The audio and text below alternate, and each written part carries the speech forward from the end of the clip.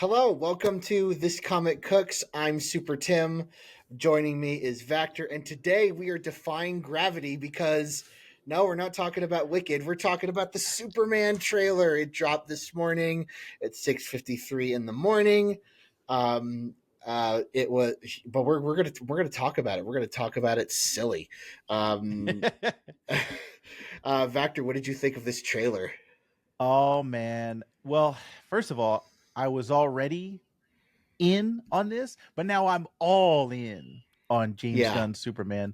The feeling that this teaser gave me was hope, and I am hopeful that we are going to get a great interpretation of the Man of Steel. So the feeling I left with was this is going to be great.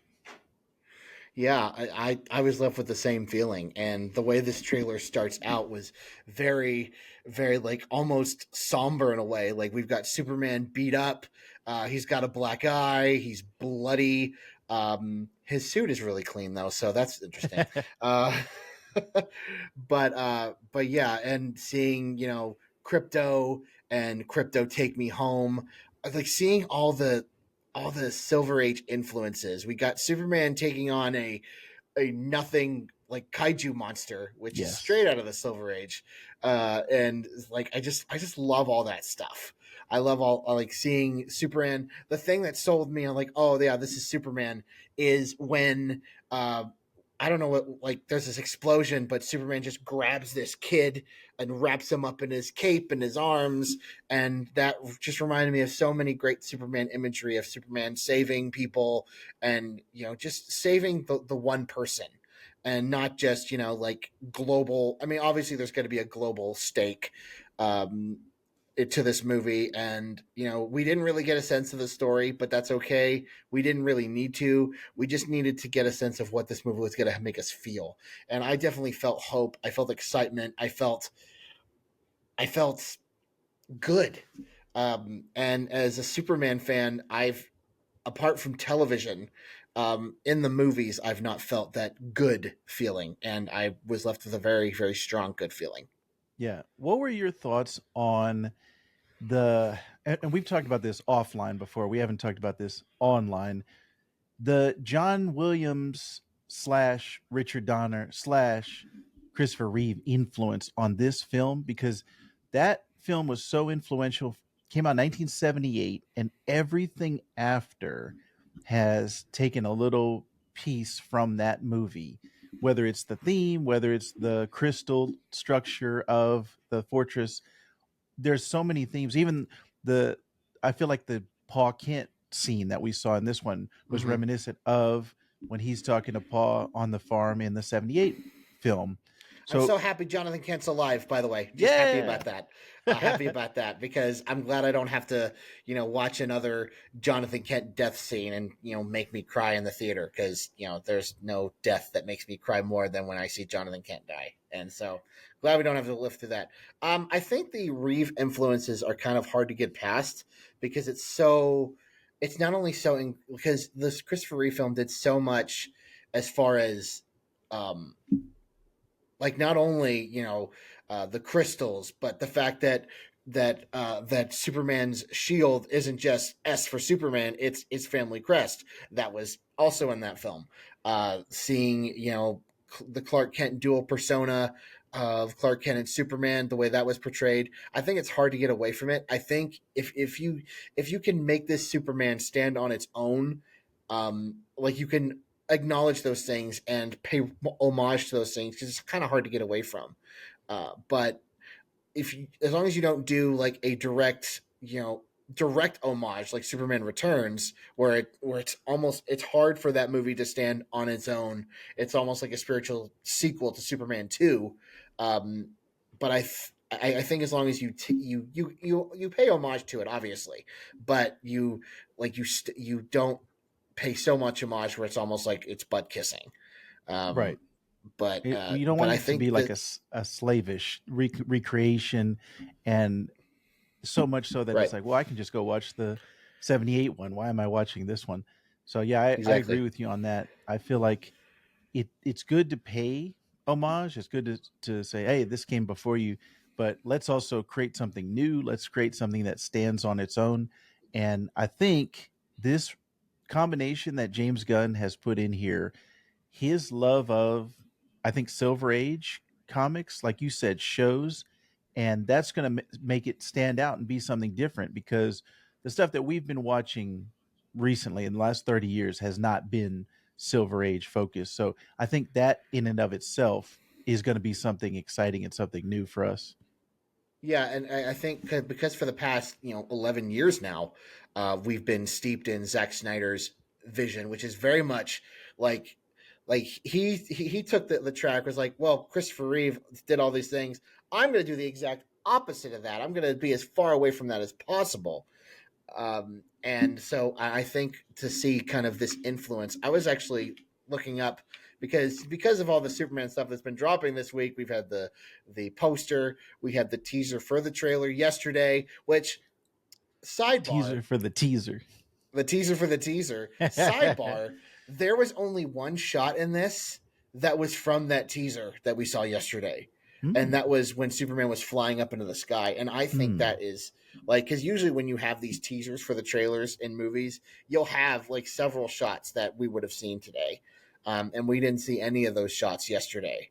And I think that's, I mean, obviously that was purposefully crafted to build hype, and and I love that we didn't see a lot of a lot of these things.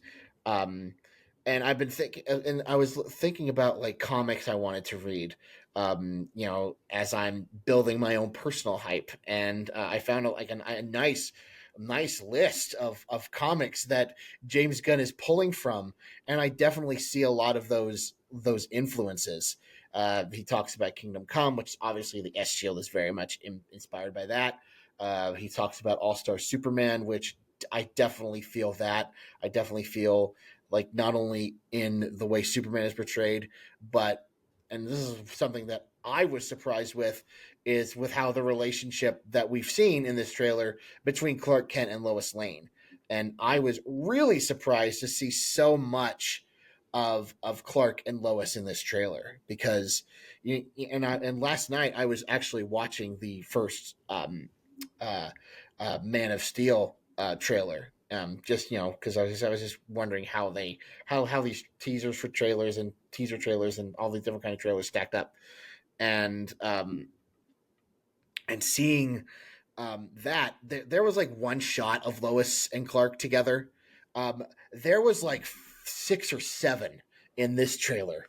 We saw them, interacting in the bullpen at the Daily Planet. We saw them, what looked like a scene where Clark is telling Lois, or Lois is finding out that Clark is Superman.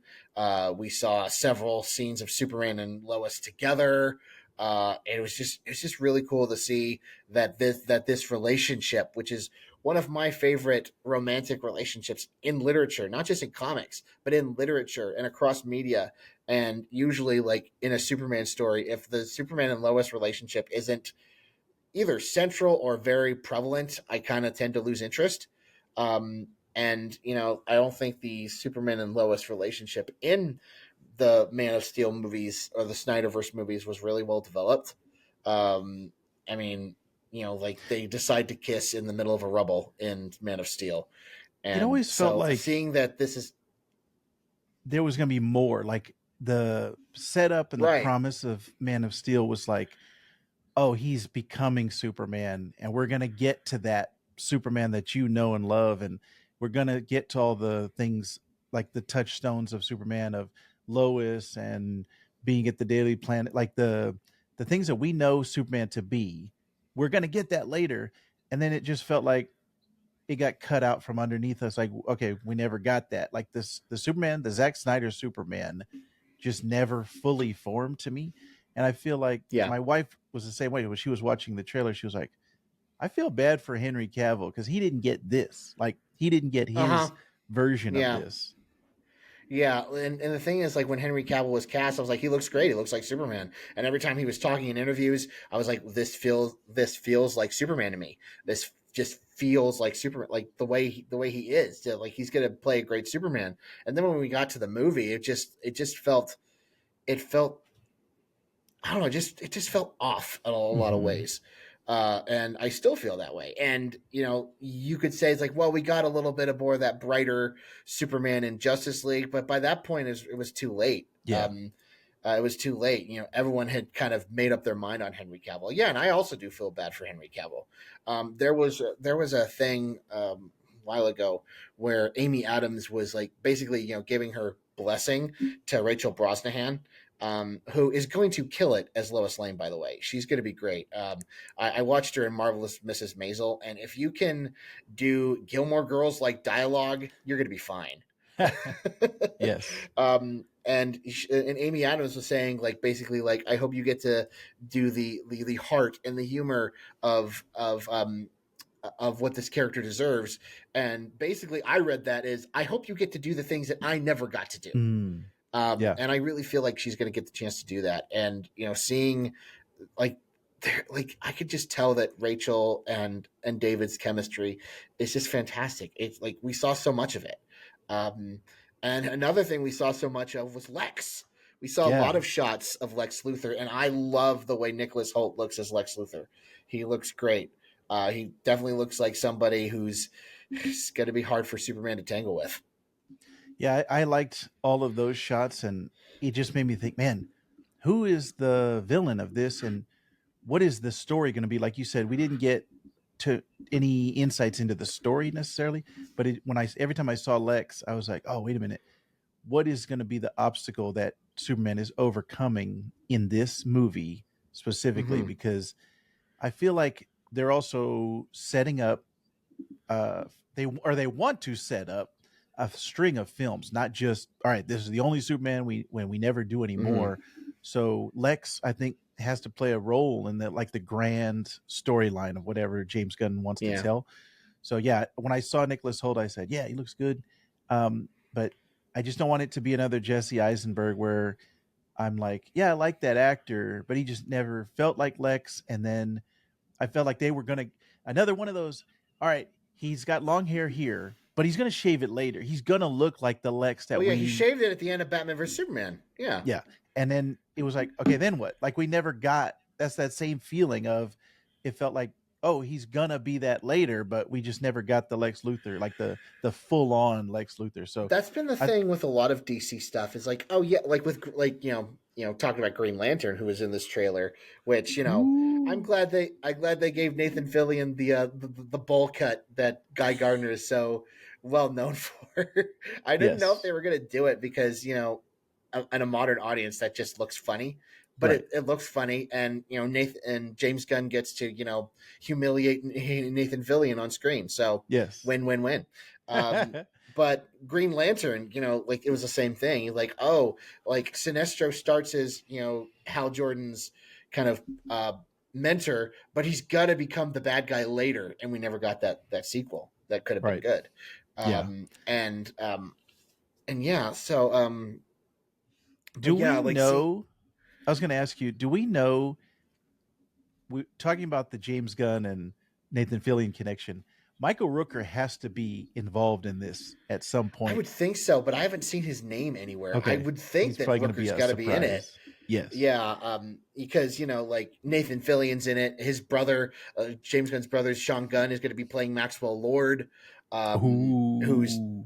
yeah, that's going to be good. And Sean Gunn's in everything James Gunn's done. He played Kraglin in the Guardians movies. He played Weasel in Suicide Squad and Creature Commandos. Plays GI Robot in Creature Commandos. Um, and so, yeah, I want to say Rooker's going to be there, but Yeah, he's I got to hope be. so. Yes. He's got to be. So He's got to I'm be. going to be interested to see where that comes into play. But I think we're in good hands with James Gunn. I've already like I said, I was already in before this, but this is Yeah. just solidifying. This Mm-hmm. is what I want. This is the direction I Right. want. I'm in good hands with James Gunn. Yeah, and we haven't even talked about crypto. Crypto was like a huge part of this, And and again, that Silver Age oh influence, yeah, oh yeah, we yeah. haven't seen him in so long. And like, he was in Smallville, but not like.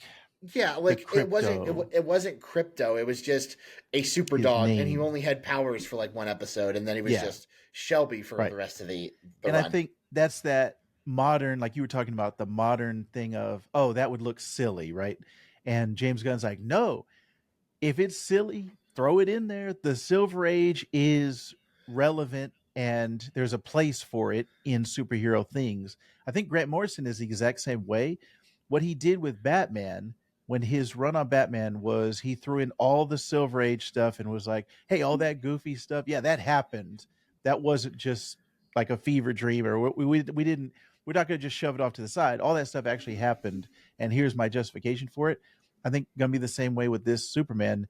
The Yeah, yellow S, the crypto, the red the trunks. yeah, this is gonna be the way that I want it to be. The way that my interpretation of Superman when I was growing up is this version. I think James Gunn and I are aligned on that. So Yeah, I'm looking forward to this. yeah, this is going to be a fantastic movie. I mean, I was already, I like you, I was already in. Like, I was already in. You know, seeing all the different set photos and seeing all the different pictures, seeing the poster earlier this week, really solidify.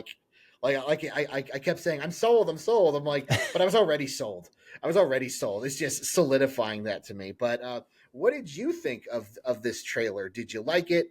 Did you hate it? Would you prefer Henry Cavill to be continuing as Superman? Uh, um, I know there's a lot of people that think that.